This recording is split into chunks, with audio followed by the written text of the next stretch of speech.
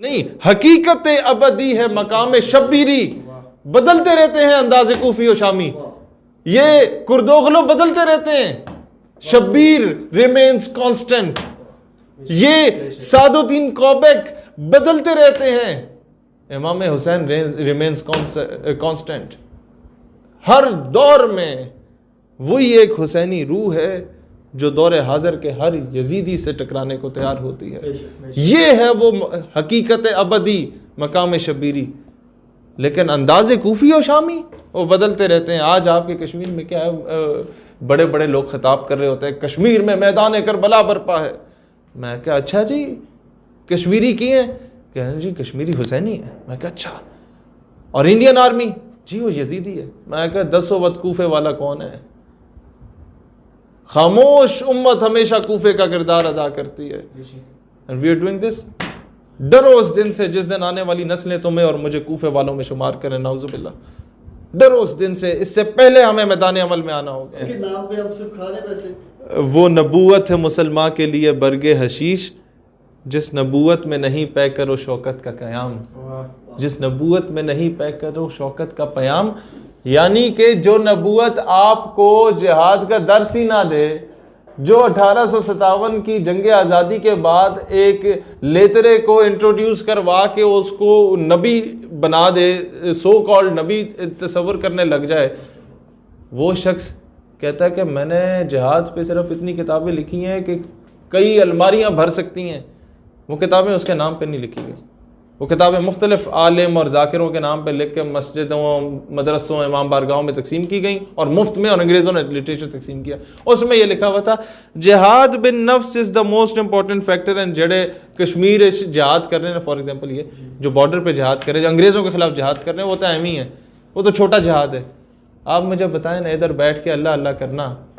یہ بڑا جہاد ہے، یا بارڈر پہ سینے پہ گولی کھا رہے ہوں اور وہاں پر کلمہ شہادت بلند کر رہے ہوں؟ سے دور ہیں ہم لوگ سارے۔ سر مسئلہ یہ ہے نا، ہمارے اوپر امپوز کر دیا گیا ایسے تھرڈ کلاس آدمی کو، اور پھر ہوتا کیا ہے کہ آپ کی قوم جہاں پر کوئی ننگا بندہ آ کے بیٹھ جائے، اوے بزرگ بڑے پہنچے، میں نے اقبال یہی تو روتے ہیں نا، تعویل کا پھندا کوئی سیاد لگا دے، یہ شاخ نشیمن سے اترتا ہے بہت جلد،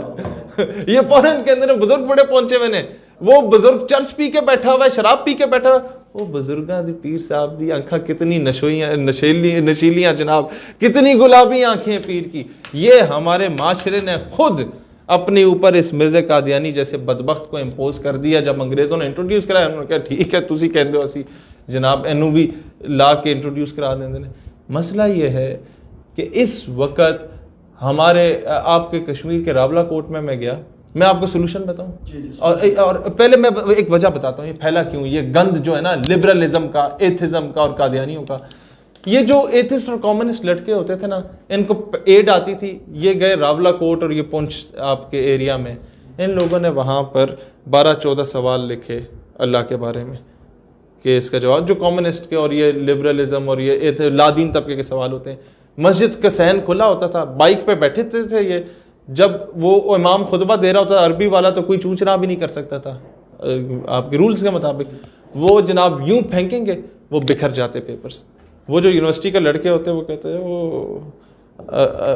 عالم صاحب ذرا جماعت کے بعد یہ بتائیں، عالم صاحب نے سب کو بٹھا دیا، جواب دیں اللہ اگر ہے تو نظر کیوں نہیں آتا، یہ سوال اس نے کر دیا۔ عالم کیا کہتا ہے آگے سے، وہ جواب نہیں دے گا، وہ کہے گا یہ کافر ہے، یہ لانتی ہے، واجب القتل ہے۔ بھائی جان ٹھیک ہے، وہ کافر بھی ہے، وہ لانتی بھی ہے، اسے مارو، لیکن وہ جو بچہ سوال کرے اس کا جواب دے دو، نہیں تو اس نے بھی اسی کی صفوں میں کھڑے ہو جانا ہے۔ کم علم لوگوں کو جب ہم لوگوں نے اپنے مسند پہ، اپنے ممبر پہ بٹھایا نا، یہ حال ہوا ہے اس امت کا۔ کاؤنٹر نیریٹو صحیح لوگوں کو دینے کی ذمہ میں آپ کو بتاتا ہوں۔ اقبال رحمت اللہ علیہ کہتے ہیں تو نے پوچھی ہے امامت کی حقیقت مجھ سے، کن علماء حق تجھے میری طرح صاحب اسرار کرے۔ اچھا کیا مطلب یہ کہ ہے وہی تیرے زمانے کا امام برحق جو تجھے حاضر و موجود سے بیزار کرے۔ کہتے ہیں فتنہ ملت بیضا ہے امامت اس کی جو مسلمان کو سلاطین کا پرستار کرے، کہ جناب ٹھیک ہے MNA صاحب ہیں نہ دے گٹا چ بیٹھ جاؤ کوئی گل جو نہیں حکومت آئی اس سے چلے اس کے ساتھ چلے جاؤ اس طرح نہ کہیں پھر یہ ہم سے ناراض ہو جائیں گے ان کے آستانے چل رہے ہیں کہ نہیں چل رہے مسئلہ ہمارے کا نام نہیں چل رہا مسئلہ صرف یہ ہے بڑے بڑے ائمہ اور شخصیات نے کہا تھا جب تم کسی عالم کو کسی بادشاہ کے چوکھٹ کے باہر بھیک مانگتے ہوئے دیکھو تو اسے علم لینا چھوڑ دو وہ بک گیا ہے یہ بڑے بڑے علماء ہوتے تھے کہ بادشاہ آنا چاہتے تھے وہ کہتے تھے وقت نہیں ہے خواجہ قمر الدین سیالوی رحمۃ اللہ علیہ پاکستان بننے کے بعد قائد اعظم رحمۃ اللہ علیہ نے اپنے ADC کو بھیجا کہ آپ میرے بہت اچھے دوست ہیں مسٹر جناح سیٹ آپ کو مل چاہیے کچھ ملے ہیں ہمارے پاس ہم دیں گے وزارت چاہیے کچھ وزارتیں ہمارے پاس ہم دیں گے قائد اعظم کو جواب دیا خواجہ قمر الدین سیالوی رحمۃ اللہ علیہ نے کہ میں آپ کا دوست ہوں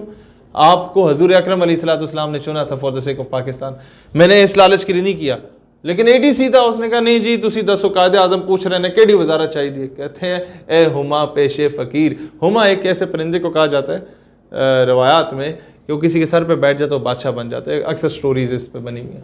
انہوں نے کہا اے ہما پیش فقیر یہ سلطنت کیا چیز ہے ارے بادشاہ آتے ہیں پاس قدم بوسی کے واسطے تو مجھے آگے بول رہے ہو کہ سلطنت ایسے لوگ تھے شاہ احمد نورانی ہوا کرتے تھے خواجہ قمر الدین سیالوی ہوا کرتے تھے اور وہ ایسا بندہ جس پہ شعر پورا اترتا ہے کہ ہم وہ نہیں جو جبہ و دستار بیچ دیں یا مصلحت کے نام پہ کردار بیچ دیں مولانا عبدالستار خان نیازی رحمۃ اللہ علیہ جب ضیاء الحق کا ADC آتا ہے اور کہتا ہے نیازی صاحب بس بہت ہو گیا یہ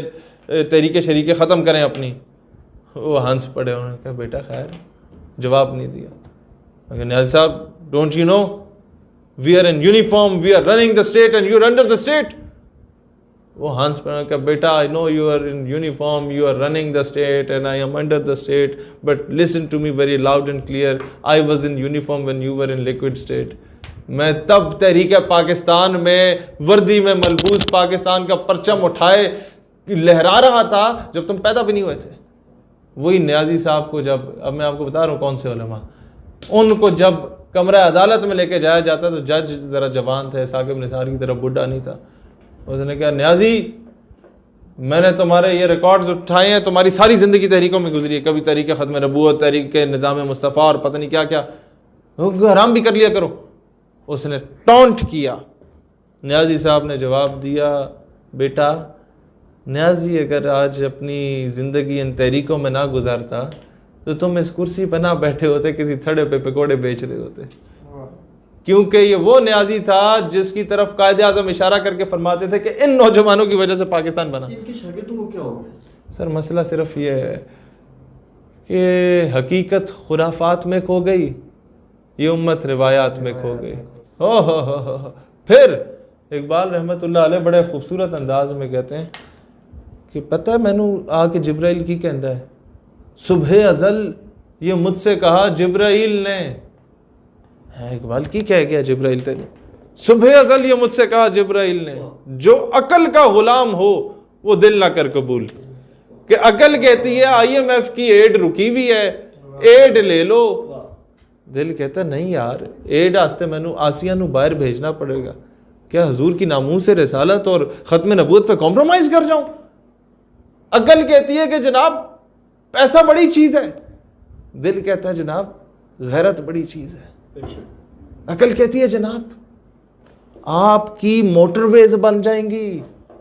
دل کہتا ہے تو کیا قوم کی بیٹی کو بیچ دوں عقل کہتی ہے جناب بے خطر کود پڑا آتش نمرود میں عشق عقل ہے محو تماشائے لبے بام ابھی کا کوداں یا نہ کوداں لیکن وہ عشق تھا جو کود پڑا وہ عشق آج تک زندہ ہے چاہتا ہوں نیشنلزم کا اقبال رحمت اللہ علیہ کہتے ہیں ان تازہ خداؤں میں بڑا سب سے وطن ہے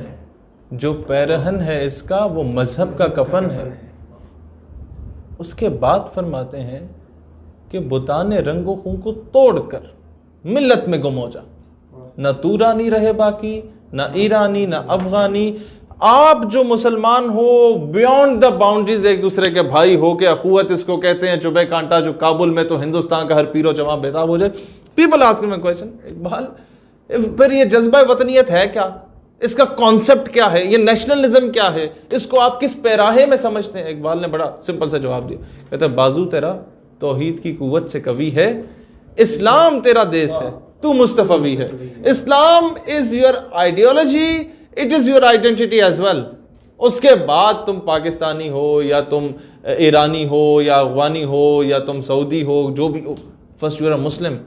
فرسٹ یو آر اے بندے کا پتر. اس کے بعد جا کے اس طرف جاؤ کہ میں پنجابی بنوں گا یا سندھی بنوں گا. یہ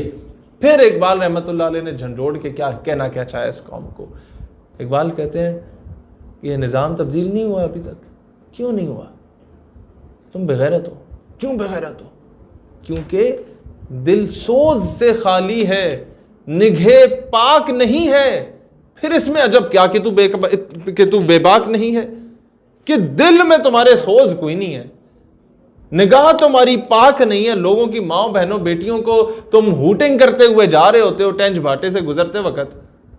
یہ نہیں جانتے کہ وہیں سے تمہاری ماں بہن نے بھی گزرنا ہے. تمہاری نگاہ بلند نہیں ہے، جاں پرسوز نہیں ہے، سخن دل نواز نہیں ہے، تو تم میر کارواں کس طرح بن سکتے ہو؟ یہی ہے رخت سفر میر کارواں کے لیے جدوں یہ ہے ہی نہیں تیرے کول. How you could be able to become a good leader? Then کہتے ہیں کیا صوفی و ملا کو خبر میرے جنوں کی، ان کا نگہ دامن بھی ابھی چاک نہیں ہے. انہوں اپنا نہیں پتا، مینوں آ کے دسنگے، میرے تو فتوے لا رہے ہیں، میرے عشق رسول تے شک کر رہے ہیں.